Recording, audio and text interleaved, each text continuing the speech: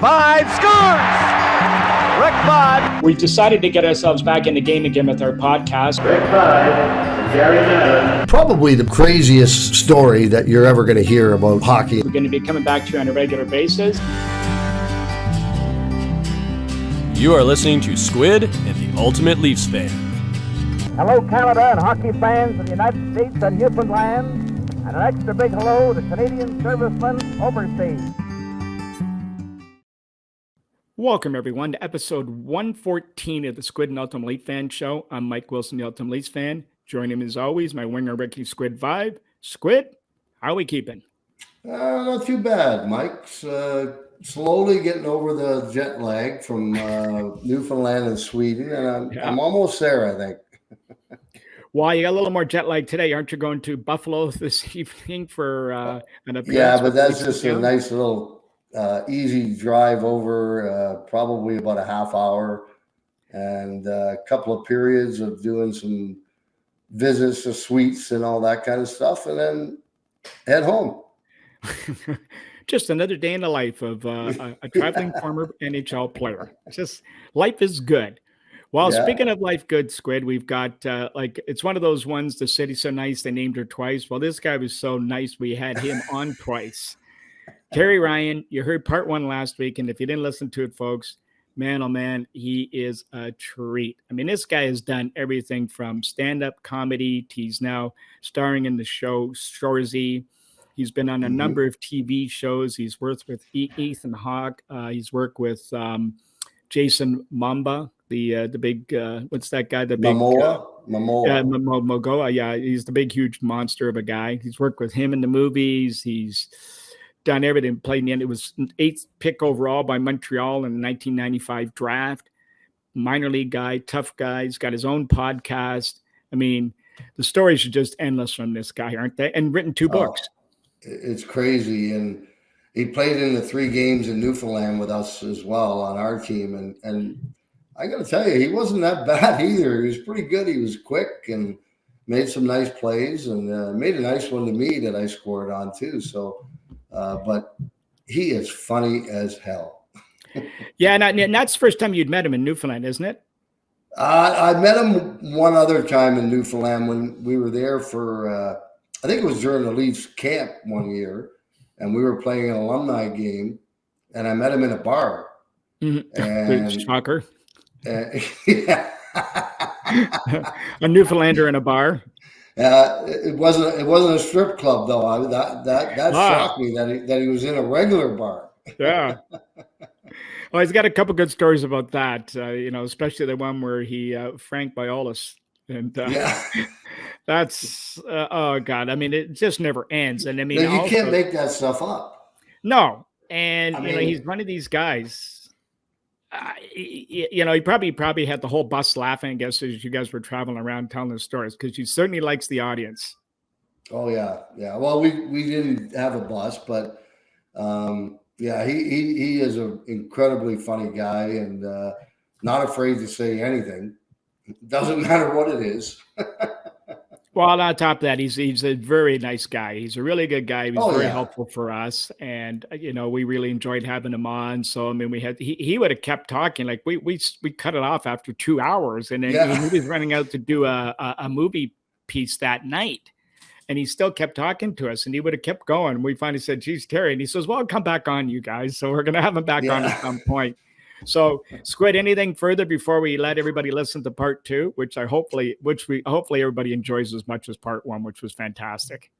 Well, I just hope that a lot of people tune in and watch it, because it's hard to say, but you will be entertained for an hour, like very, very entertained for an hour, because this guy is hilarious. Yeah, and also, by the way, a pretty good athlete, as we've said. He also has been a world ball hockey champion for Canada, and he picked the game up and played it at a very high level, still plays, still works out like a fiend, so he really looks after himself. And as, we're repeating ourselves here, but just one of those guys you just love to sit down and have a beer with, and, or a coffee, and you talk for hours and hours and hours. So without further ado, let's turn it back over to Terry, and let's have a listen to part 2. Hope you enjoy it, folks. Talk about your time in Fredericton. Oh boy. Here we Yeah. go. That's, yeah. I loved wearing the Habs crest wherever. I guess, unfortunately, because I loved Fredericton, I loved the Habs organization. Fredericton was actually a lot of fun for me because, having played in the Western League, now all of a sudden, a lot of my friends are in Atlantic Canada. A lot went to St. Thomas or University of New Brunswick. Yep. So I'm finally hanging out with my friends for the first time in close to a decade, right? Or I guess 6 years.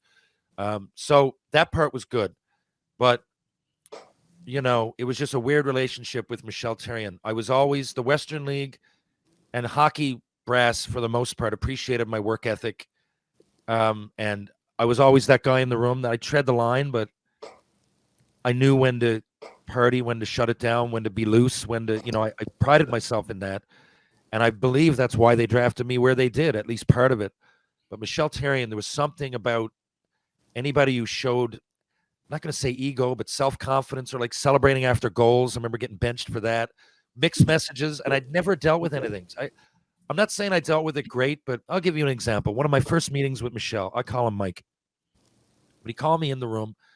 It was like 7 or 8 games in to my AHL career, and I was getting a feel for it, but he wasn't playing me much, to be honest. Especially not as their first-round pick. That the year before, at 19, I was in Montreal almost the whole year. I only played 4 games. They wanted me to practice. And then I went back to Red Deer, and I had 2 points a game. I set the goals record for 3 rounds. And it just didn't make sense that he wouldn't play me. But now I know where he's going. So, and he called me in, and he sat down, and I sat maybe 15 feet away. He was always, even his chair had to be like a couple of inches taller than yours. Everything was a mental game. Every single thing was a mental game. And I'd never run into that before. And there's nothing I could do that would, I don't know, my coaches in junior, Rick Carrier, Bob Laux, Bob McCammon, Rick Kozubek. There was a way to do it. If I went out and had a bad game, if I showed them that I was a good soldier that would, rally the troops, it would always turn out positive for me. You try hard, you give 100%, but with Michel, it was different, man. He wanted to own part of your mind. So he took me in, and he sits me about 15 feet away. And I sat down, and he just lit up a cigarette, and I just looked at him, and I went to speak, and then I thought I'll let him speak first. And then after like 2 minutes, I realized he's not going to speak. So he just finished his smoke, and he smoked it right down to the butt. He put it out, took a sip of his Coca-Cola, and said, "Get the fuck out of my office." That was the only word spoken. I left, and I said, "What just happened?" I went in the room, and we had a lot of guys that he coached in Granby. Speaking of, the Q hadn't won it in like 20 years, but he was part of it. He won it. He was coaching Granby with some good players, but Francis Bouillon, Marc Bocage, Sylvain Blouin, they were all on my team there. So I came out, I'm like, I don't know what just happened. And they're like, no, that's the way he is. I'm going, this is a problem. If that's the way he is, I go, I can't guarantee you that some game I'm not going to come over and slash him in the fucking head. If I'm in a bad mood and that guy's going to like, what do you mean that's the way he is? Can we get this out of the way? When is he going to stop being like this? And I can just not have anxiety when I go to bed, right? But he didn't ever stop being like that. About 2 games later, he played the shit out of me. Like I couldn't play enough. And I got a goal and 3 assists, man. I was my first big game pro, and I was pumped. I went in his office. He called my parents in front of me as if like this is put to bed. I had the best sleep I've ever had in the Montreal organization that night. The next game, we played Toronto. I didn't get one shift till 30 seconds left. He patted my back and said, "Go fight Jeff Ware." That's the words he used. Go fight Jeff Ware. Like, go sick him kind of thing. And Jeff Ware is, he's a big guy. He went in my draft. He wasn't the best fighter. I didn't really want to fight him, but I did. And then that was the beginning of a bad relationship. I hated him and he hated me, and I just wanted out. And that year, guys, it's weird because when I say I didn't like Michel Therrien, people think, well, he wasn't playing me. Like most people who don't like a coach. No, that year I ended up having 21 goals. I was an all-star. I had 34 fights. I led the league, 256 penalty minutes. And it was just a long year. And, I just conformed to whatever he wanted me to do, right? I just stopped complaining, and I stopped being myself, man. I stopped listening to music, and I was this robot. I hated myself. And the next year I went back again, and 55 games. I remember I had 40 odd points, And I'm like, at some point, I got to make Montreal or get rid of me. I hate my life with this guy. And I wish I'd gone in and spoken to him, though, because he assumed a lot, and I see why. I never, no one else would tell you I was a bad attitude or a bad teammate.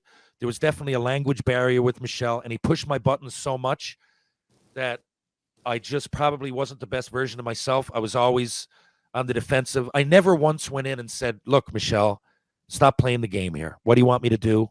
What can I? And if I was, because I know he's not, that wasn't him either. I know it wasn't. Like Michel, really, a few times that I did talk to him on a level that had nothing to do with hockey, I could tell that a lot of that was an act. It was tactics to get people going. And I wish that I'd got to know him as a real person, because I think deep down in there was a lot of common ground with me and him. But yeah, he was a rookie coach. I was a rookie player. We were both fucking stubborn. And unfortunately, I ended up saying, you know what, fuck this. I called Reggie Houle and I said, on top of that, I'm watching guys that I'm playing with there get traded and not only do well, be stars. Craig Conroy, Darcy Tucker, right? They're on my team. They get traded and they turn into blue, like right away, stars. And I'm going, Jim Campbell, Valerie Bure, oh God, Brad Brown, Asham in the end, Matt Higgins. It was just like, when can this end? And so I didn't go back to camp. I should have. They had a record number of injuries, and I ended up with egg in my face. But life has a weird way of working itself out. It took me a while to get over that, but in the end, I forgive Michel Therrien. I should have handled it a bit better, and I'm extremely proud to have worn that jersey. I just think we both sides were a little stubborn, because I know I would have been at least a player that the fans embraced, and I just don't see not being at least good enough to be on the fourth line. And the way I play, I would have put the play. I just would have played with a lot of passion. But I also played recklessly, and I might not be sitting here talking to you with a clean head on my shoulders. Who knows? And I'm in a happy place. So, well, it's funny you mentioned Therrien, because I was coaching in St. John, obviously Calgary's farm team. Yeah. And that's when they come in with that stupid rule that you dress 16 and 2, or if the coaches agree, you can dress 17 or 18. Yeah. Well, every time we played Fredericton, we'd meet in the hallway, and I'd say, because my boss would give me shit for not playing the young guys, and I said, can we dress 18 and 2? And every time he said, no, I don't. I just have 16. And I'd see about 8 or 9 guys in the stands with suits on. And I think it was about the third time we had met in the hallway. And I said, you are such an asshole. And he goes, what? And he wanted to fight me in the hallway. Yeah, and I'm like, I totally see that. Like, I'm not going to fight you here in the hallway. I said, if you want to dress 16, fine, whatever. I don't give a shit. I said, but stop being an asshole about it. Like, you got extra guys. I see them in the stands. My boss is on my ass, so let's dress 18 and 2. But he never did, because we had more depth than they did. And it was everything was a mental game. Everything was a mental game, man. It was so taxing. And to be honest, that was my last game in the Montreal organization. It was against you guys. And you had a defenseman, Eric Sharon. Yeah. Eric had a kidney problem, and he'd missed like 40 games, 30 or 40 games. And he came back in this particular game in the playoffs, and the place was full. Most of it there to see Eric play again. And he was a world junior guy that I'd look up to. He was a few years older than me. And I really looked up to him as a player. And Mike, that night, told me, again, he didn't hint at it. He said, you fight Sharon and take the wind out of their sails. And I'm like, oh my God, I'm going to be public enemy number 1. I don't want to be. I'm not that guy. I'm like, first of all, I hated anybody telling me anyway when to do it. I know when to fight. Now, if Eric runs the goalie, I'll fight. If it's 4-3 for them with a minute left, I'll fight Rocky Thompson. I don't care, Mike. It's not that. But you're asking me to be a fucking asshole. You're asking me to be ignorant. And you might be, and I do think he used to smoke on the bus. He'd have 5 smokes on the way down to St. John. I'm not kidding you. From Freddie, wasn't it an hour? Mike had a knack for being fucking ignorant. And I think maybe he grew up, but I couldn't stand that. And that's it. I came off after I did that. I'll never forget this. It's as vivid as it happened yesterday. I took off all my gear. I threw it all over the room. They say never to let your jersey hit the ground. I took my jersey and threw it on the ground, and I walked over it. And it was so bittersweet because I loved the Montreal Canadiens. It was just me lashing out. I had no one to lash out against. I hated him. Why didn't I tell the GM? It was a different world, man. I don't know. I hinted at it. We all said we all hated him. And I was like, how does he go up and have like meetings with the GMs up there or with Brad and come back and them not hate him? Like, is this he is an asshole. Like, this is wild. But he did have a knack for winning. And to be honest, he wasn't a really bad coach at all. Like, he did know his X's and O's. Like, he didn't have to act like such an asshole. I honestly think it was a man being insecure. And, obviously he must have grown as a person. He coached other NHL teams, although I've heard some stories. But I don't want to sit here basically and say, he's the reason that my fate turned out lesser than, I should have played longer and everything.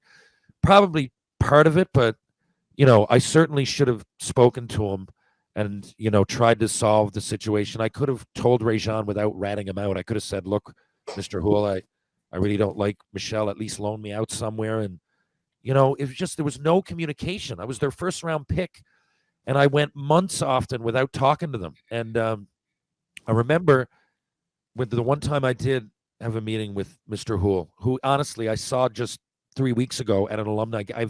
He was the GM when I was there. He didn't have confidence in me. He didn't play me. Fair enough. Shit happens. Opinions are opinions. I thought Michel Therrien was a dick. But at the time, yeah, and I remember Reggie saying, well, I said, why did you guys pick me in the first round, man? And he said, well, I didn't. Jacques Demers and Serge Savard did. He goes, I'm not sure I would have. You're not the best skater. And I was like, okay, at least he was being honest. But I just wish he'd maybe traded me sooner. But I had nothing against Réjean Houle. I mean, I wasn't the best skater. I know that if everybody didn't get fired, I probably would have gotten a better chance. But, I got nothing bad to say about Réjean Houle or Alain Vigneault. He was the coach up top when I was there. He seemed like a nice guy, seemed to know what he was doing. Classy. They were both real classy and professional to me. I just had a real problem living my day-to-day life with a fucking ignorant prick. Well, I was just going to say to you, Terry, and you just took the words out of my mouth. In your defense, Serge Savard drafted you, and 6 months later he's gone, and Réjean Houle inherited you. You're not his guy. Yeah. So I was going to say, would it be fair to say that was a bit of a setback for you right away? Admit that it was, because he wasn't one of your biggest fans. It was. I think it's going to sound boastful when I say this, but I had to really try not to have more games in the NHL. Like, it was wild how it all went down. Like, the whole league wanted to give me a chance. If I was known for anything, it was at least playing hard and, going out there and doing something. And everybody knew that, and even Montreal knew it. And as much as Reggie Houle, might not have thought I was the best skater, he knew that much. I mean, they offered me the contract, right? It's not they let me go. I said this to Réjean. He said this, but he said, I still want you as our main guy in Quebec. You're going to be our main call-up. They ended up having a record number of injuries that year. I would have gotten up. He said, no, like, it's not like he didn't like me as a person. It's not like, they offered me the qualifying. I think it was they had to offer me 10 or 15% more, and they did. So it wasn't this all bad. I was just, honestly, my mind was so warped from Michel Therrien, and I just knew what a bunch of other teams thought, and I knew that I would get a chance immediately. I was just like, I didn't see the forest through the trees, that's for sure. And I just wanted out as soon as I could get there. Well, Terry, let me interrupt you there in that one. Now, speaking of seeing the forest through the trees, seeing another thing, and this can only happen in hockey, strip clubs and hockey players, well, athletes in general, you could say, seem to be synonymous with one another. But you, once again, you seem to be sending around a lot of these great stories. You had a strange encounter with a dancer one evening that led to an encounter on the ice with a tough guy the next night. So Frank Wallace. Yeah, okay. I didn't know if there's probably more than stories one.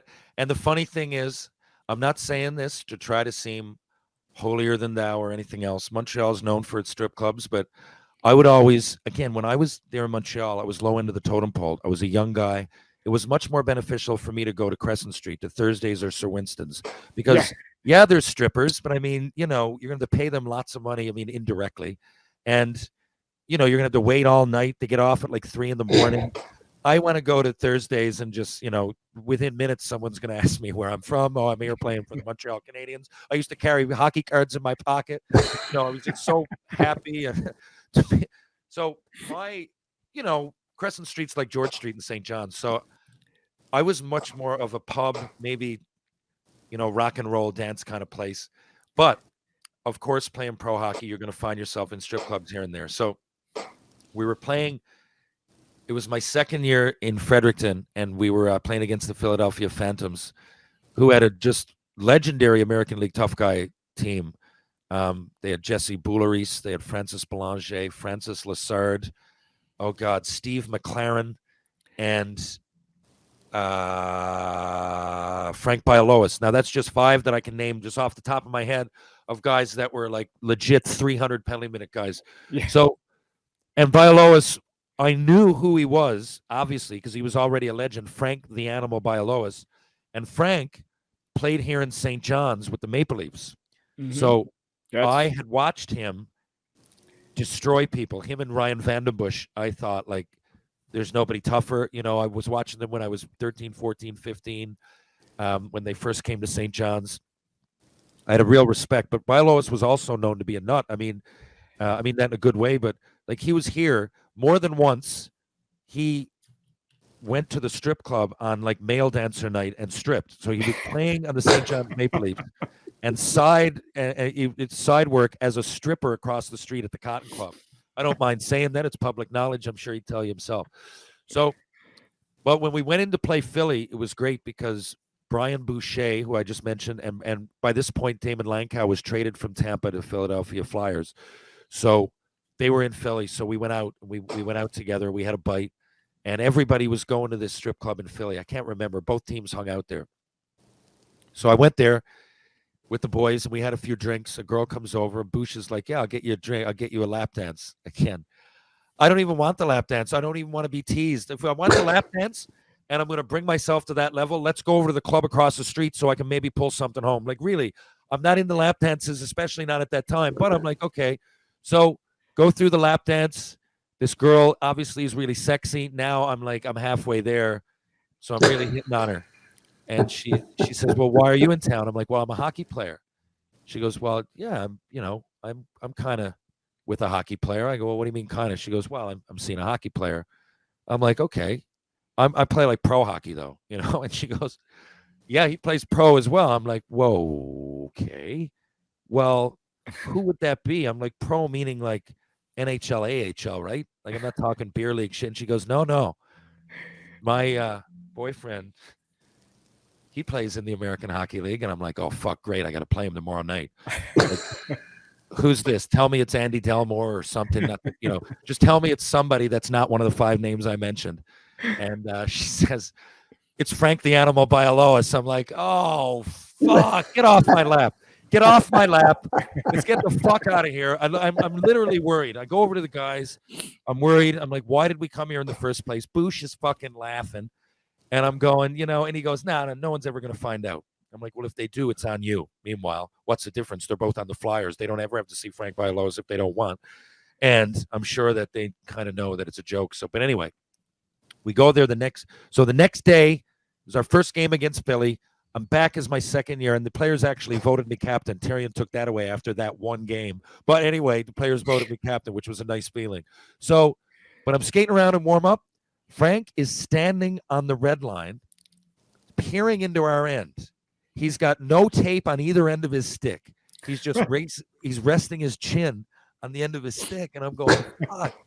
And I'm looking around, and I realize when I get out, like, to the red line, and he's standing like exactly like 1 foot over, like making that, and no one's going to do anything. And I realize he's looking at me, and I'm going, fuck, he doesn't say a word, but I can't stand the anxiety. So again, I think this one's on YouTube as well.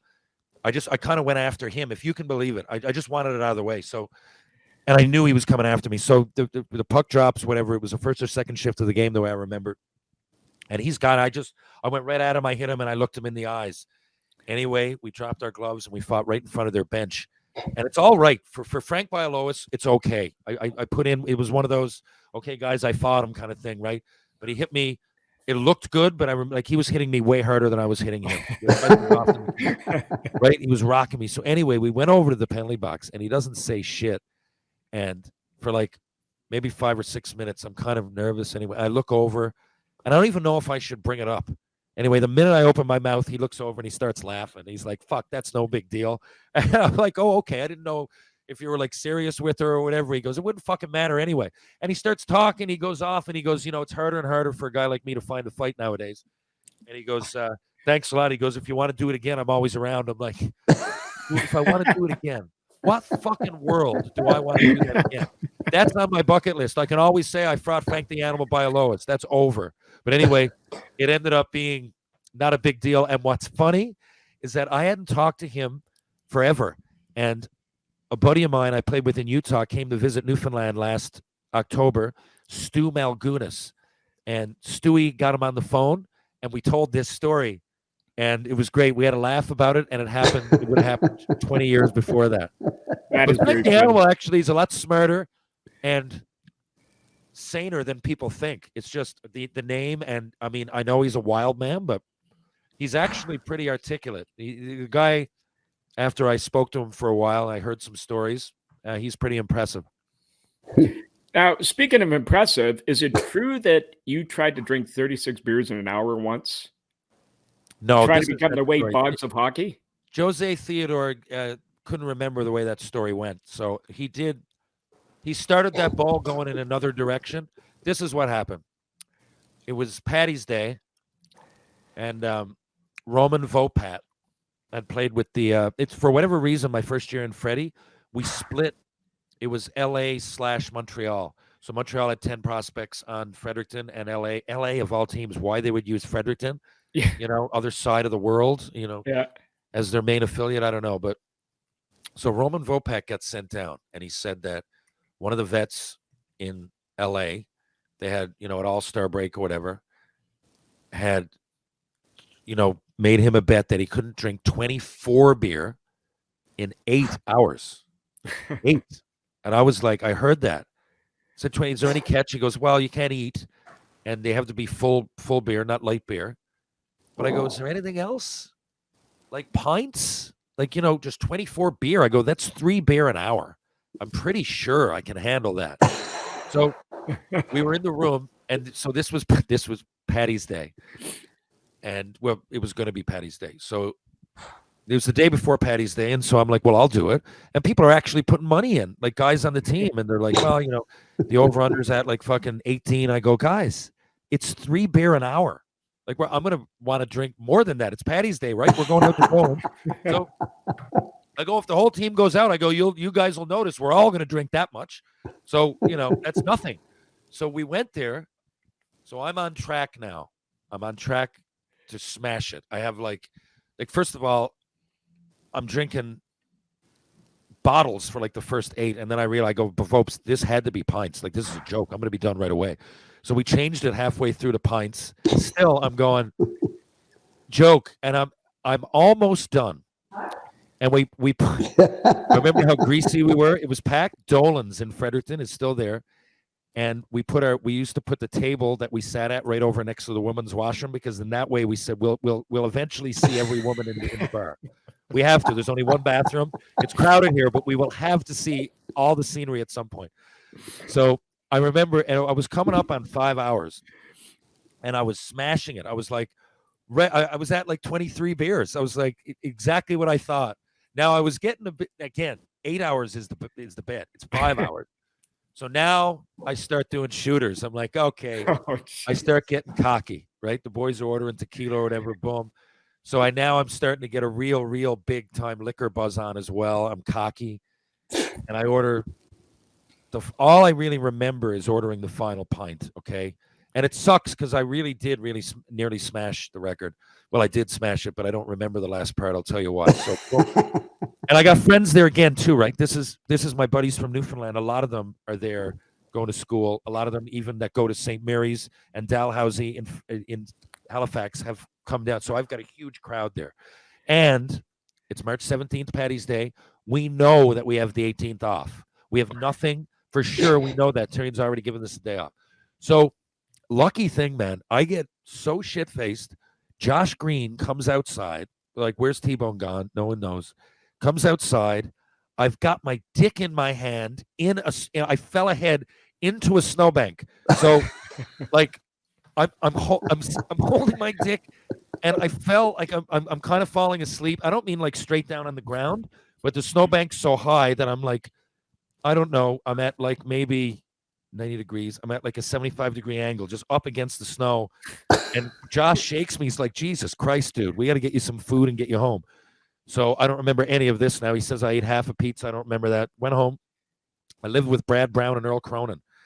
And I wake up in the morning. It's the only time I ever remember this, but I'm full of piss.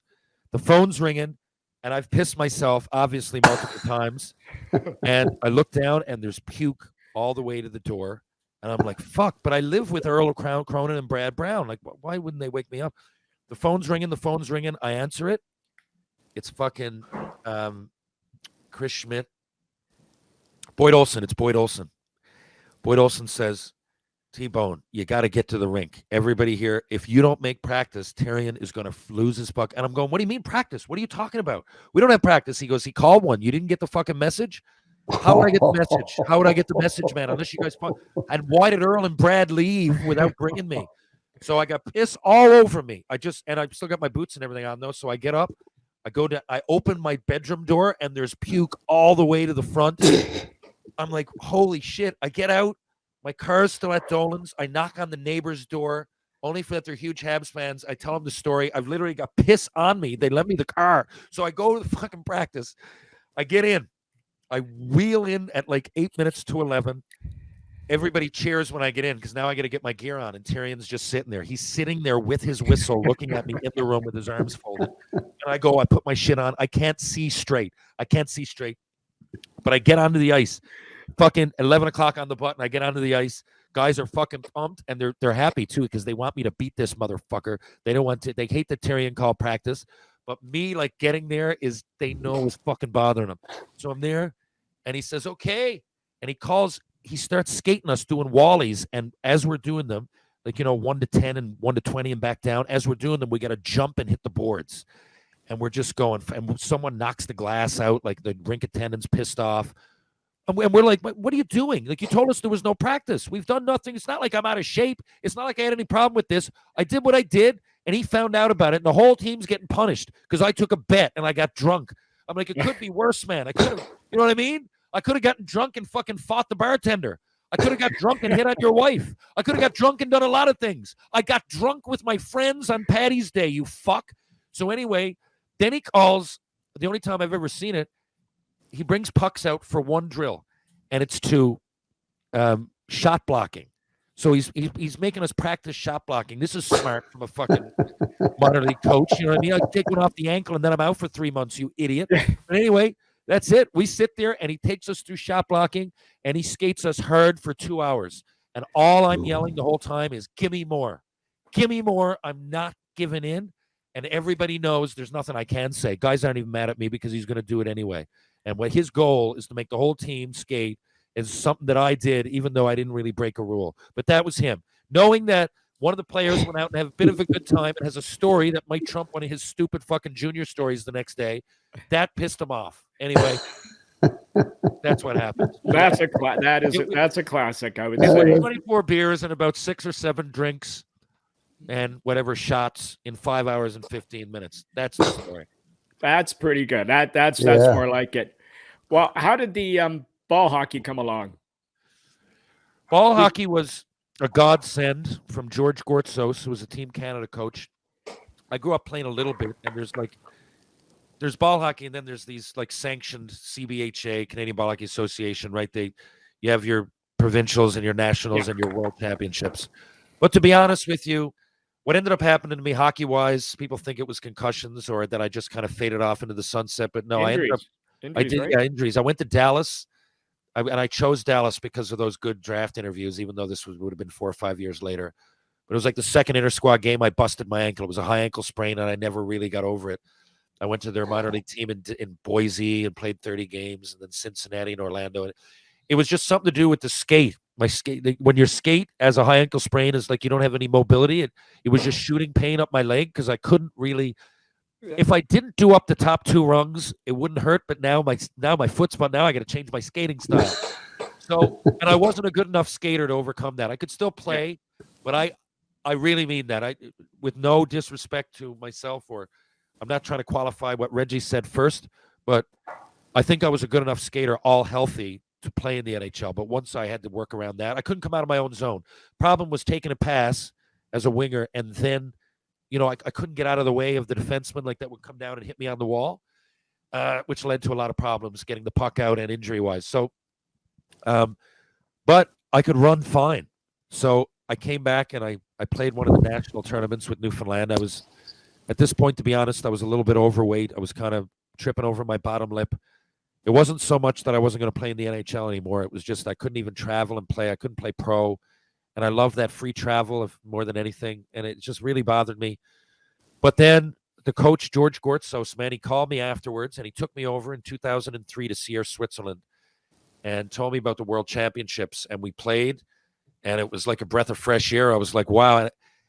I played a bit of ball hockey, but I was an ice hockey player, and I really needed to learn. Like, you don't just go over and make Team Canada, right? People think that might be the case, but there's a lot to learn about the bounces, about the culture of the game, and I don't mean the culture away from it. I mean on the ice, the rules. And I remember we were in the championship game. I did not deserve to be on that team in 2003. And I remember we played the Czech, and it was 3-1, and about 5 minutes left in the game. And I just, it was 2-1, and we scored an empty netter. And I just remember breathing. I was about to win a world championship, man. I was so elated. And so many emotions came, and I started crying on the bench. And then I didn't have a shift yet. And Gortzos hits me, and he goes, "Terry, you're up." And I ran so hard, man. I came off. I celebrated with that trophy more than anybody on the team that night, man. I was so fucking happy. And he came to me afterwards, and he goes, I said, "George, I didn't deserve to be here, man. After what I went through in hockey, I really appreciate it." And he said, "Well, I'll tell you this. You're not here for 2003. He said, "I followed your career, and you're a bit of a renegade, and I'm not sure the Montreal Canadiens realize that. You need But he goes, "If I give you your leash, I don't think you're going to embarrass me." And he really did. And he goes, "I got confidence in you." And the World Championships is every 2 years. By 2005, I went back. I was in the best shape I've ever been in. I finished the beep test. I was one of only 2 people, the other being Sandro Morello, a marathon runner that finished it. I had a completely new lease on life. And to me, now I was a ball hockey player. And 2005, we won it again. And 2007, I was an all-star. We fucking won it again. They didn't win it again until this year, or last year, 2022. That's how long they went. And now I play on the Masters team. I'm playing again in August, the World Masters over 34. And I owe everything. It was such a rejuvenation to me. It got me to realize that just everything isn't the NHL and the Stanley Cup. I played for 2 Allen Cups. I've been playing senior hockey ever since. This is my first year off. And since I remember I was going to quit sports, man. That was 2002. It would have been so ridiculous because between 2003 and now, I've got 3 ball hockey world championships. I'm in the fucking Hall of Fame. It nearly makes me cry when I say that because I nearly quit. I got a herder championship in Mount Pearl or in Newfoundland here, which is a coveted trophy. Well, don't forget about the Chicklets Cup. That's the big right. one. Of that. That never would have happened. Shoresy would never have happened because I still wouldn't be playing senior hockey. And in my mind, hockey still became number one. And I had to have the right family around me to let that happen. I had to have the right jobs. Everything fell in and came into its own. And in the end, when I look back on it, I know it's not as popular, but I'm so proud, and I consider myself a ball hockey player first and foremost. That's what led to just a different lease on life. I put it this way. I don't even look at it as ball hockey and ice hockey. I consider myself a hockey player, and both worlds to me were equally as beneficial. Even though ball hockey, I know, isn't as popular worldwide, it's almost a reason that it was, because when you go to those things, man, and people have to give up their time and you don't get paid a lot. The tournament's paid for, I suppose, and you go there and you get treated well as member of Team Canada. But guys that go to that want to win, man, and they want to be there, and wearing that crest is so important. And I got to do that. I thought those days were over when I couldn't put on the Montreal Canadian crest anymore. And here I am now today, still playing sports to some degree, and I do get to wear the crest, man. I get to go on these alumni things, like we just went on and play with some great players. And I didn't play the longest, but I have some great stories, and to get to share them with like Rick Vive and Wendell Clark and Al Iafrate down the list, it just proves to me that hockey fraternity is, it's all encompassing, and all of those little stories led me to where I am. I have a great daughter. I have a great situation. I'm now involved in, acting and writing and things that I always wanted to pursue. That I Well, why don't you take us through that, like the Shorzy and Letterkenny and your career? Not, I know we've taken a lot of your time, Terry, but we really appreciate it. But man, we could talk to you forever. Yeah, no, I mean, it's a long story. So, and if you guys ever want me to come back, I will. But yeah, I wouldn't know where to begin with it all. A lot of people think, hey, they give me a pat on the back and say, hey, you like to try a lot of things. It's really commendable. But honestly, guys, it was like survival of the fittest. I went back to school. I had some school money to work with, and I didn't really know it. Part of it was in my contract in Montreal, and senior hockey paid for a lot of it, meaning I had an opportunity in 2009 to go get a free degree, and I didn't know what it was going to be, but I just ended up coming out of it with, hold on, I'm going to turn on the light. One sec. I went into school not knowing what I was going to do, and came out with a folklore and English degree. I was going to go on and be a teacher like my father, but it would have required another year of schooling. And I knew Alan Hawko, who was the lead actor and writer and producer on Republic of Doyle, which was a Canadian hit I TV remember show. that. Yep, Yeah, there you go. So the lead actor, he's my good buddy. And he picked me up. He used to go to this tournament every year in Toronto called the Summit of Arts Exclaim Cup. And it's for members of the arts community, film, music, whatever it might be. So you meet a lot of people there involved in the industry. And he really picked me. He gave me a few days on set as a background guy, as a joke, and took me to the tournament. And we had a good time. And then I remember, having a problem getting jobs with a folklore degree. We're going to be a librarian. Really, not much unless you want to do something else, man. So I remember saying that to him. So Hawk said, I can give you a job. He goes, it's going to be a lot of taking orders, though, and like jump how high. Director making him coffee or her, whatever it might be. But you're not going to be Terry Ryan on set. You're going to be like, give me what I want fucking now. And I said, bring it on. It was decent money. And I did. I had to swallow my pride a bit, man. I went on. I took that job. It was locations. There's it's probably, any job on a film set's exciting. I never want to put it down. And I still take jobs, locations the odd day when they need help. But, it's bottom of the barrel. It's get in there first. It's work 15 to 18 hours. It's a little less pay than everybody else. It's a different union. It's just a different, and it's, a lot of just parking cars in the morning. I don't know, like cleaning the bathroom. Like it's not glamorous, man. It's far away from the camera. Yeah. But I just met people coming through, some stunt people, and I got in a couple of episodes as Republic of Doyle on background. Then I did a couple of stunts, a couple of things they did, right? We've got studios here and everything, and that was one of the first major shows to hit, with the first that I know of to hit Newfoundland like that big. But again, it's probably cheaper to have me do a stunt than fly somebody in from Toronto to do it. So a couple of easy stuff, but that goes in as acting credits, right? So when the show Frontier came here, which is the same people, so that was 2000. Their show was, I think, 2010 or 11 to 2014 or 15. And the next thing that group did, Take the Shop Productions, was a show called Frontier. And Jason Momoa was set to star in that, and is shot here in Newfoundland. It's a lot loosely based on the trade/fur trade in the late 1700s with a lot of the British redcoats that came over here and the indigenous people that were already here. And, that's loosely kind of the time and the setting. But anyway, so they shot most of it here in St. John's. And Momoa came over and, luckily enough, had read my book. And the very, very first scene in Frontier, the very first scene, which ended up being the teaser for the show, is they needed somebody, a British soldier, to look really beaten up and beg for his life. And I remember that, I'm not trying to name drop, but for 2 months that summer, I'd worked on a show called Maudie with Ethan Hawke. Again, I was production assistant. But Ethan, I gave him my book. He read it. Ethan used to go to games in Montreal with Kiefer Sutherland, and we'd hung out at the same place, Bonanote, a place that all the hockey players used to go to on Saint Laurent. Again, I didn't play much at 19, but I was there the whole year. So I remember going there a bunch of times. So Ethan, I could relate, Yeah. So he kind of got me in. I said, what am I going to do? He said, well, you got 2 acting credits. Why don't you go in for an audition? And it seemed ludicrous, but he made a call. I made a call. We went out drinking, had a few beers. I knew Hawko. So I don't even think I was really technically supposed to get the audition the way the union works, but they gave me a chance. So I went in, and to be honest, I auditioned for a British cook, and I sucked, except when I was going over. I did. I was horrible, but I was in the room, and it was Danielle Irvine, who's head of casting here, and a camera, and a guy, Paul Wilson.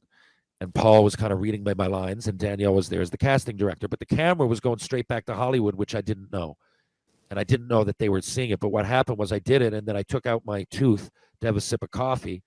And between Danielle and the director and Jason, they figured, remember, again, I didn't know the camera was even. And she said, what, are you Terry Allen's friend, like the hockey player? And that's when Aaron. So the director, if you can believe this, Rick, if you can believe this, I'm talking to a director in Hollywood who happens to be from Gander, Newfoundland.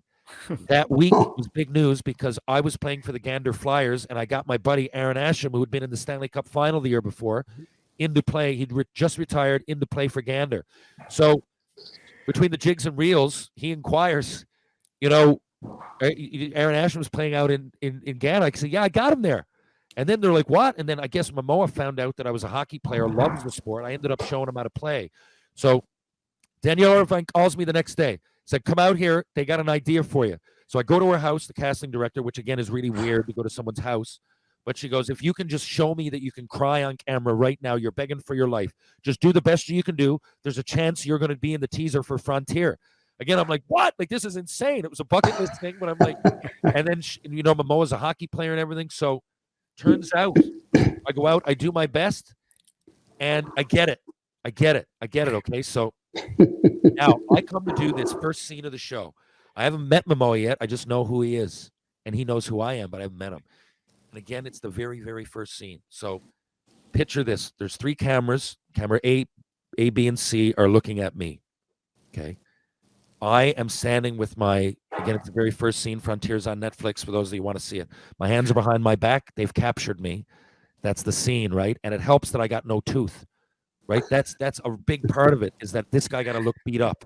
And A, Terry, it's hard to reproduce that look, and B, he's right here in Newfoundland. Why fly somebody in? Let's give him a credit. I only needed 1 more credit. That ended up being it to get in the union. You need 3, combination of 3.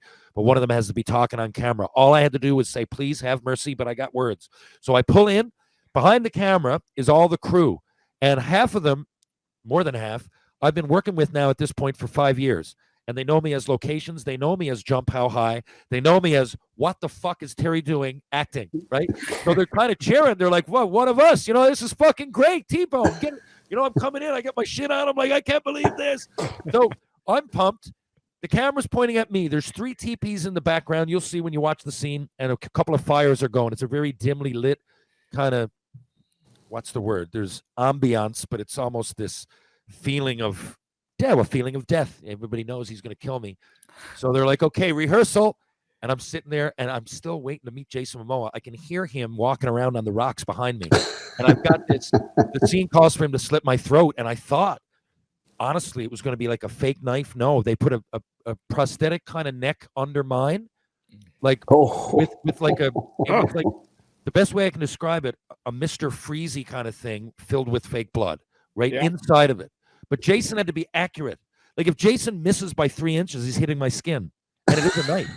It's his own knife. So, but I'm glad because I kind of had to be scared. So what happens is that I sit down to do it, and the 2 people next to me are actual actors. So I can't believe I've even gotten the role. And as I'm talking to them, I'm like, wow, like, this is a huge favor. I got to pull it up. But it also sets the tone for the entire show. And there's an irony there that I'm not an actor, and I have to really look like I'm begging for my life. So the director, Brad Payton, the guy from Gander, he's like, okay, everybody shut the fuck up, because, there's a bit of a murmur, and he's like, this is an emotional scene. We love that we're cheering for Terry. Let's do it in the lunchroom later, right? So I'm sitting there, and now I'm looking up, and I just can't get over it, and I'm laughing, and Momoa comes up behind me. Again, I still haven't seen him, but it's rehearsal, and it's all silent. All you can hear is the cackling of the fire, and he comes up. So his line to me, I can't remember what it was. It was just one line where you should have known that before you, whatever. You should have known your time has come or something. It's something. And then he slits my throat. So he comes up first and the director calls cut because I'm not serious enough. And Momoa goes, sorry about that. My knife hit you in the back on the way down. I said, I thought you were just happy to see me. And I still haven't met him. So he looks, and I look up and it's Jason Momoa there. And he laughs. And the director goes, cut, Brad Payton. And he comes down. And he gets in my ear. He's like, Terry, do you understand what I've asked you to do? I go, yeah. He goes, so we can't joke. We can't. He goes, you're not saying, please have mercy because you're begging for your life. You're saying, please have mercy in that he kills you soon rather than torture you. You're going to die anyway. So you'd rather be killed now than be disemboweled, right? I'm like, okay. And he goes, I need you to cry. I need snot. I need tears. I need all of it. So he goes, how much time do you need? And I was like, I don't know, 30 seconds?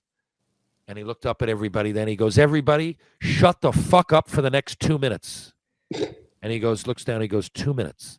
He goes, now, I'm not going to tell you how to get there, but I'd think of the worst possible thing you can think of. And I was like, immediately went to my daughter and bad things that can happen to her, right? And I started trying to get there, but you know what? It didn't get me there. I did get to the crying point, but it's funny that as I was searching for something, it just all came over me once, a flood of emotion. I was like, Jason Momoa is about to slit my throat to kick off his new show. All these things about hockey and, I don't want to use the word failure because I made the NHL, but not live up to expectations and all the chaos and all the bullshit and all the stories that are untrue and speculation and all of it that led me here and all that time in getting my degree, and doing papers and not knowing where any of it would go. And now I'm sitting here with a second chance to be on a big stage. And it's just like, who does this ever happen to? Like now, it's like my first NHL game. I'm about to act in a major TV show and get into the union. This is nuts. And it was almost like tears of joy. I started on my, and then when a couple of tears came, then I knew it. Then it was easy to fake because they're already rolling down my face. Yeah. And then I was like, and then I could do it. Please have mercy and do whatever you want. And the way it works is that once you have it once, because there's one camera that's right on my face, and once camera A has my reaction, now we go through the scene a bunch of times, but I've done the hard lifting. So then Brad's like, okay, good. Now I can just say it every time. Please have mercy, because my part's over. Now it's about Jason and it's about everybody else. So we got my part first, which I'm glad. It eased me into things. And Jason is from Des Moines, Iowa, and knew how to play roller hockey. Came from, I'd say blue collar, but, borderline poor family. And really, really appreciates where he's from and where he is now. And just took me under his wing. I taught him to play hockey. And he actually, his personal assistant bailed for a couple of months. She had some trouble at home, I believe, like maybe a family member passing away or something. So he took me to Europe. He put me in a couple of movies. He put me back in season 3 in Frontier, changed my look a little bit, and gave me a bunch of credits, got me some stunts, and really, it wouldn't have happened. It's not like Jason is my best friend. I talked to his stuntman again the other day, Kim Farty. We do speak once in a while. I respect his space, but Jason is the kind of guy that still visits Newfoundland here and there. Friends of mine. He flew up Gary Sexton to be his personal driver.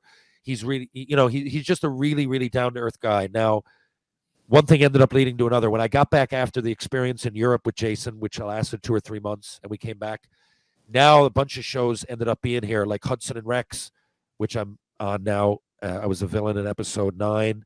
I'm on there now as, what do you call it, a special forces guy, because my face is already burned. So anything that requires a mask.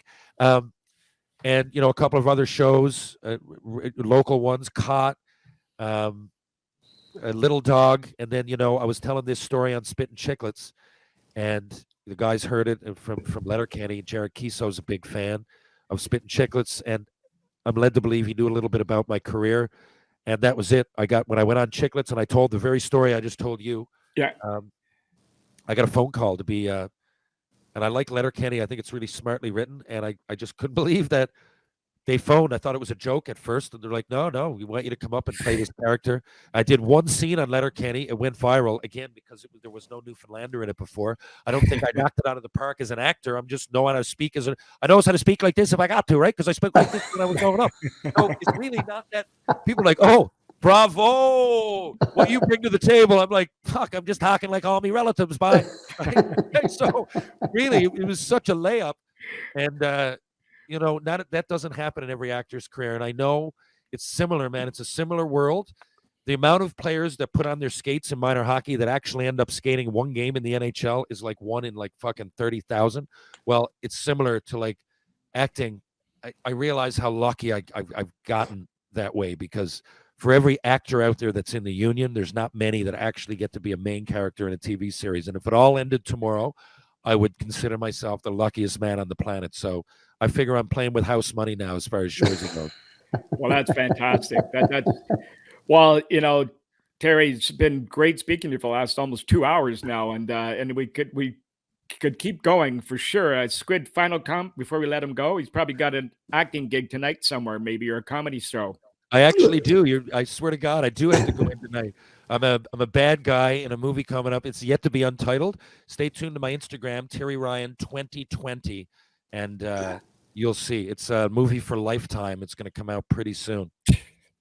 Wow. Yeah, it's unbelievable. You've done everything, and seem to come out on top most of the time.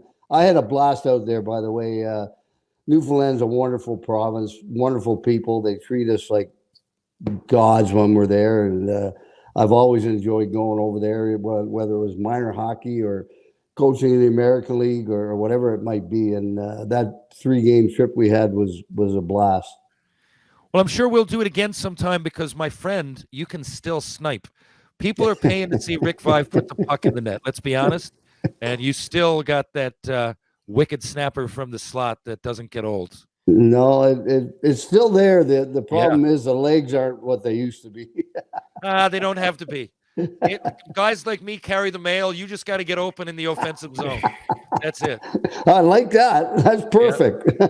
Well, I'm trying to get him to come and play with me. He passed on me. He's supposed to play with me earlier this year with one of my beer league games, but he got too many games. He had 6 games in 2 days, so we gave him a pass. But we're gonna get out there one of these days, and I'll set him up. Hey, I always got my gear when I'm in Ontario. Let me know.